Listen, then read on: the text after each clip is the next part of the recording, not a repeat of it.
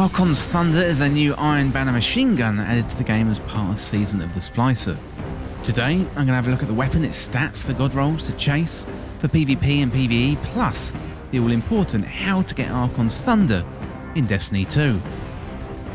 Well, if you're new around here, don't forget to hit that subscribe button down below for all the latest Destiny 2 content and turn on notifications by hitting that bell. Well, Archons Thunder is a legendary power machine gun with a high impact frame, meaning the weapon is slow firing and has high damage. And the weapon is more accurate when stationary and aiming down sights. So looking at the stats, we've got 70 for impact, 68 for range, 25 for stability, 40 for handling, 40 for reload speed. It's a 360 rounds per minute machine gun with 44 in the magazine. Well, next up, let's have a look at the Archons Thunder PvP and PVE god rolls to chase. So for PvE, Rangefinder and Rampage would be a good roll. Also Mulligan and Thresh would be a decent roll to look out for. Whereas for PvP, Quick Draw and Snapshot Sights would be really good. Or you've always got Killing Wind and Iron Grip. Well, next up, let's have a look at how to get Archons Thunder. So to get this machine gun, you are going to have to run the Iron Banner quest in Season of the Splice. And it is a reward at the end of the final step of the quest, after you have to get the shotgun kills. So this is the only place you can get it drop at the moment, and normally you would be able to hand in tokens to Lord Saladin at the tower to get Iron Banner weapons in the loot pool.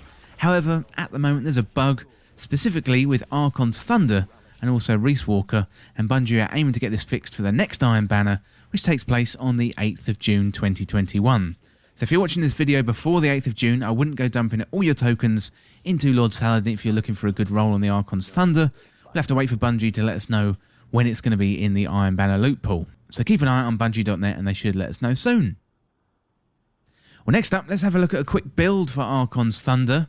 So I'm going to put together a Solar Titan PvE build to show off Archons Thunder. So you could build this with a Hunter or a Warlock, but you have to select another exotic armor piece. But let's have a look at the build in a little bit more detail. So first of all, we've got the exotic armor, and I'm using Actium Warrig as my exotic Titan chest piece. So looking at the perks, we've got auto-loading link, so it steadily reloads a portion of your equipped auto rifle or machine gun's magazine from reserves, and we've also got increased resilience. So this exotic armor is great for machine guns or auto rifles, as you're going to hardly have to reload ever. Now just point, shoot, and watch your enemies get removed from your path. Then the only thing you have to worry about is generating enough ammo to keep up with how much you are firing. And you can get this armor from a world drop exotic engram, or you can farm nightfalls, and also getting exotics from the season pass are a good option too. You can also buy this one from Zur at the weekend if he's selling it, or by picking up the exotic engram for a chance at the drop. Next up, let's have a look at the subclass. I'm going to be using Middle Tree Sunbreaker for this one. So sometimes the subclass tree is more important than others, but this time we're focusing on a solar build, so really pick and choose the tree that works for you. Here I wanted to take advantage of Roaring Flames, as it says kills with your solar abilities, increase those abilities damage, and it stacks up to 3 times, so it is pretty useful.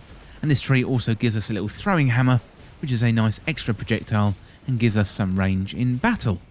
Well, next up, let's have a look at the weapons. With my kinetic weapon, I'm using the 7th Seraph Carbine, and this one is going to be good to help us create Warmind cells. It also gives me something in the medium range to work with. I'm going to be using the energy and power weapons for big damage, and also close range power too. So in the energy slot, I'm using the 7th Seraph Shotgun. This works with the solar motif for the build. It's also going to help us generate Warmind cells with our Warmind mods. And in the power slot, we're using the Archons Thunder, which is what this guide is all about. As I say, the main focus for the build is Archons Thunder paired with Actium Warrig. That's going to help us give big damage, as well as an almost endless stream of bullets, which are going to unload on our enemies. The other weapons really are the supporting cast in the build, but they work well to give us the extra damage and destruction through those Warmind cells. So both their 7th Seraph weapons and the world drop weapons that you get from the gunsmith, or by getting legendary drops through engrams, or by opening chests at the end of playlist activities like strikes, nightfalls, and public events, and so on and so forth. There's also a chance they drop from the end of Crucible and Gambit matches too. Well, finally with the build, let's check out the mods. So we're going to be using a combination of Elemental Well mods and Warmind Cell mods to give us that extra boost to our damage output. So first of all, using Elemental Charge. So become charged with light by picking up an Elemental Well, and if the Elemental Well's element type matches your subclass element, you gain 2 stacks of Charge with Light. Using elemental ordnance, so defeating a combatant with a grenade spawns an elemental well that matches your subclass energy type. So basically there, you throw grenades to create elemental wells. Next we're using Font of Wisdom, so picking up an elemental well that matches a subclass energy type grants you a temporary significant increase to your intellect, improving the recharge rate of your super. So it gives you a plus 50 intellect boost for 30 seconds, and it's really going to help you with your super regeneration. So I'm using Burning Cells, so destroying a cell causes a burst of solar energy that makes enemies burn. And finally, I'm using High Energy Fire, and that one works really well when you become charged with light for that extra damage output. So there's a couple of benefits working together here. We're going to be using our Elemental Well mods to help us spawn wells to get our super back nice and fast, and the Warmind Cell mods are going to be used to create more destruction with Warmind Cells, which are going to all complement the Archons Thunder damage output. Well, that is it for the build. Let's have a look at some example gameplay. So what you want to do is run around getting kills with our kinetic and energy weapons to spawn Warmind Cells. Generate elemental wells through our grenades and get your super, and then unleash it on your enemies. Pick up some heavy ammo and fire an endless stream of bullets at your enemies with Archons Thunder, and that is going to be powered by the Actium War Rig. So throw hammers and get more grenades, pick up more elemental wells, more supers, more Archons Thunder, and loads of damage output. But let me know down in the comments what you think of Archons Thunder. And that is it for this guide for how to get Archons Thunder in Destiny 2. And as always, thank you so much for watching. For more Destiny 2 content like this, hit that subscribe button down below and subscribe to This Week in Video Games. If you want to join the community, check out the Discord link in the description, or you can follow me on Twitter at TWIVG Podcast. If you enjoyed this video and found it useful, liking and sharing the video would really help me out. Otherwise, check out the other videos on the channel. Thanks again. See you soon.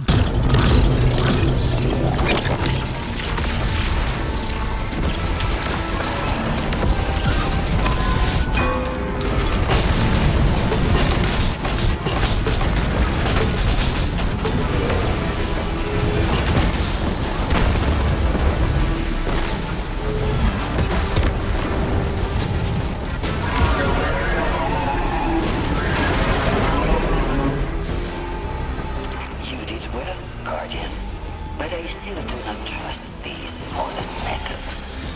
We could do this on our own. Breathing with fear and mistrust. Aramis tried this on Europa. It was her unmaking.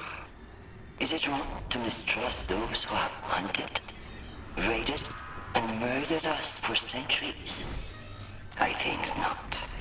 So said Aramis. These racks will help, as long as help is wanted.